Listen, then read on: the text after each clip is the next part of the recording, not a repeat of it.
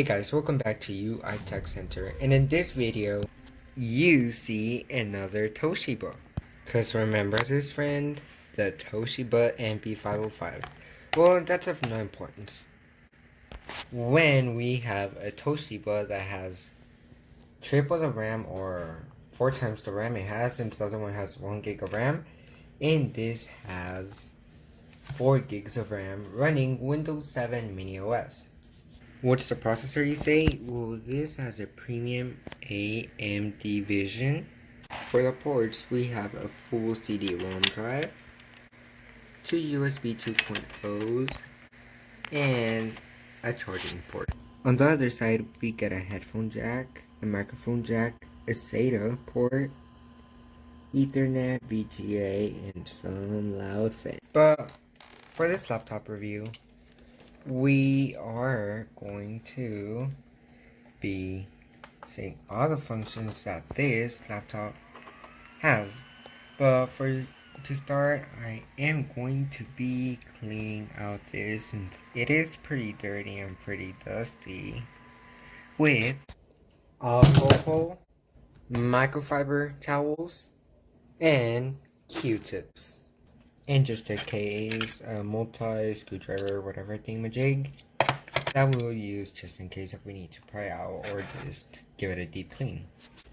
So without all that obvious exaggeration, we see our materials here neatly organized without banging them into the table. Alright, so we'll get our laptop and switch it off. So we'll go over here into our thingamajig and we're going to turn it off. And before I actually start cleaning it, this laptop was a gift from a family member, so thanks to them I am doing this video. So enough talking and more cleaning. So to start, I'm going to be putting some alcohol into an empty glass or Windex thingamajig so that it can be easier to spray. So I didn't pour it all the way, I only poured it a little bit since we are not going to be using the whole thing, obviously. So now we'll just close it up, and yeah. I already got the fiber claws out of their packet, so we're good. So what I'm doing right now is that I'm cleaning the top lid and the screen so that it can look nicer and cleaner than before. The screen. The screen was a mess, but it was later left pretty clean. Now moving on to the keyboard.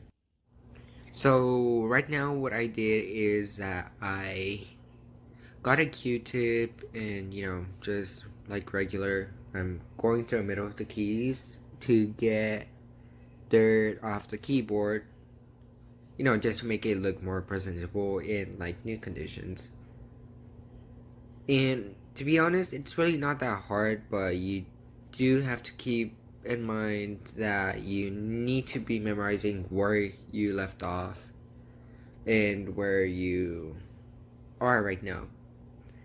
So now whenever I'm done, I'm going to get a rag wet and I'm just going to go over the keyboard and then dry it off with this blue rag. So now opening this laptop,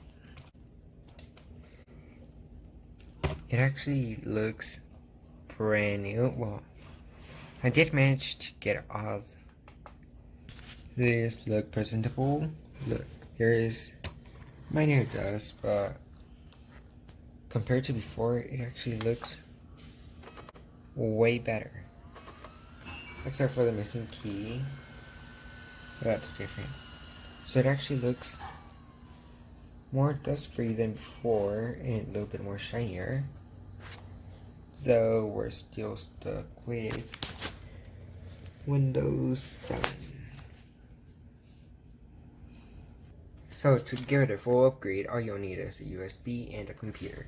So all you have to do is just plug in the USB to your computer.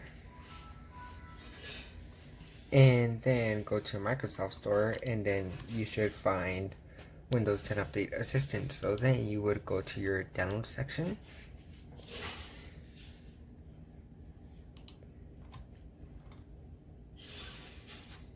And then find the newest one.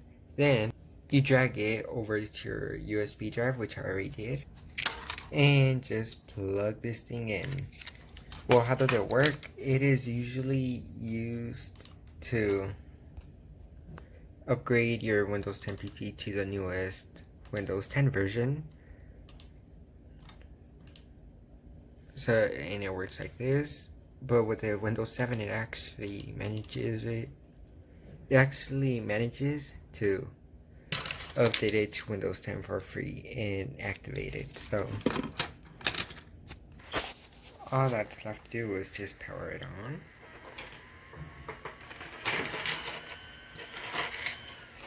Connect our USB drive.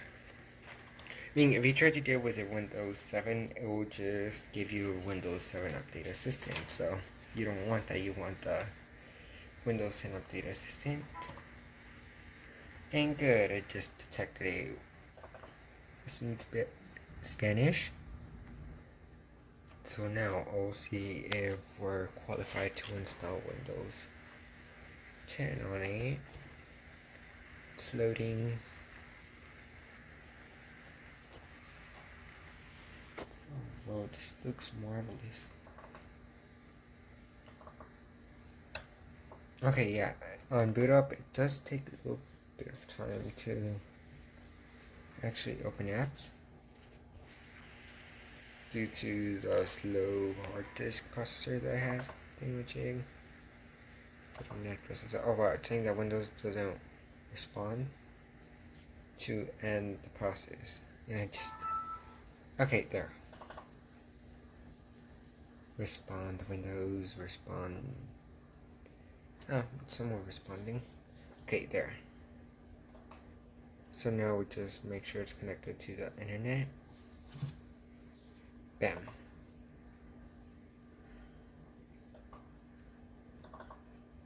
So then we restart it. See, Windows 10 Data Assistant in Spanish. Okay, so we will need to actually open it up from our USB drive.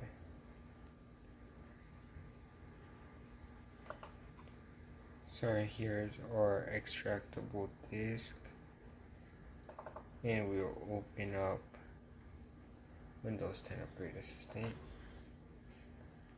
right from our USB drive.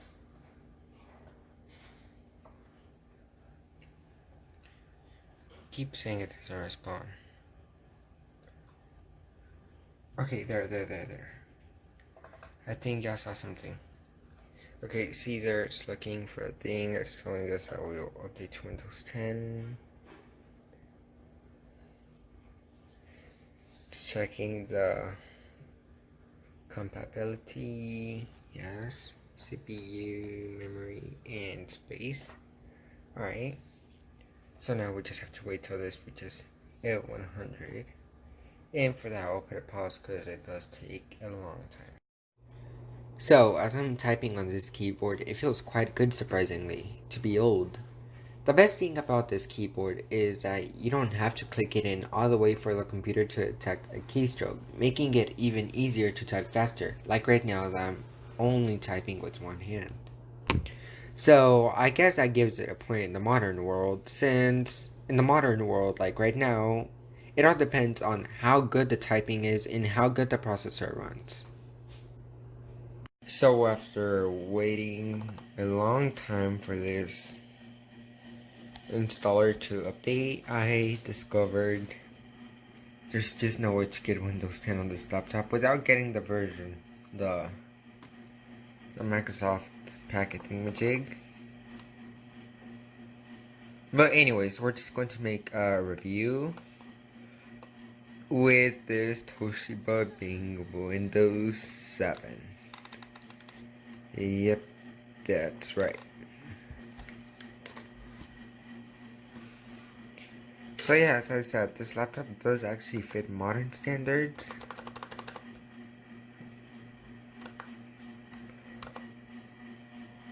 since yeah, you could pretty much do anything.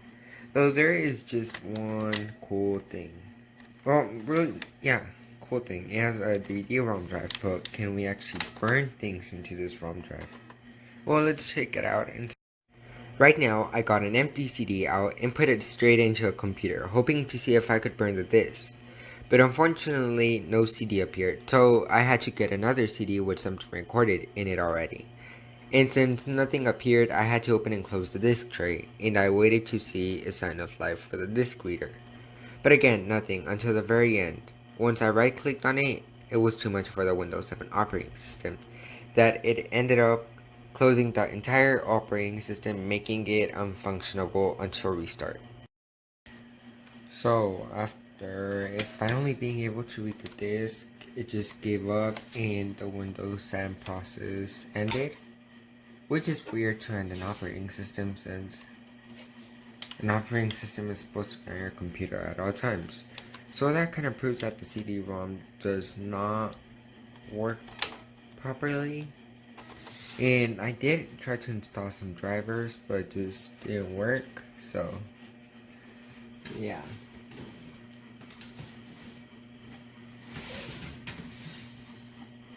So now, the USBs are working now that the computer is not working. So, is this computer good for the future? Yes, it's Windows 7. I mean, it has Windows 7, could easily be updated to Windows 10. While as for the USBs, they do work, which is basically what modern day standards work on. DVD-ROM doesn't really need to work since not all PCs have a ROM drive, CD-ROM drive. Fans is the only thing that make it not be adequate for the future, but they might be since some laptops do still come with fans, such as the HP Pavilion. You carry BGA, the SATA, the Ethernet, yeah, but it has Wi-Fi, so it is pretty much ready for the future. Its design actually makes it look quite better than some laptops this day. So now it's time to rate the laptop. So first, we have a CD-ROM drive.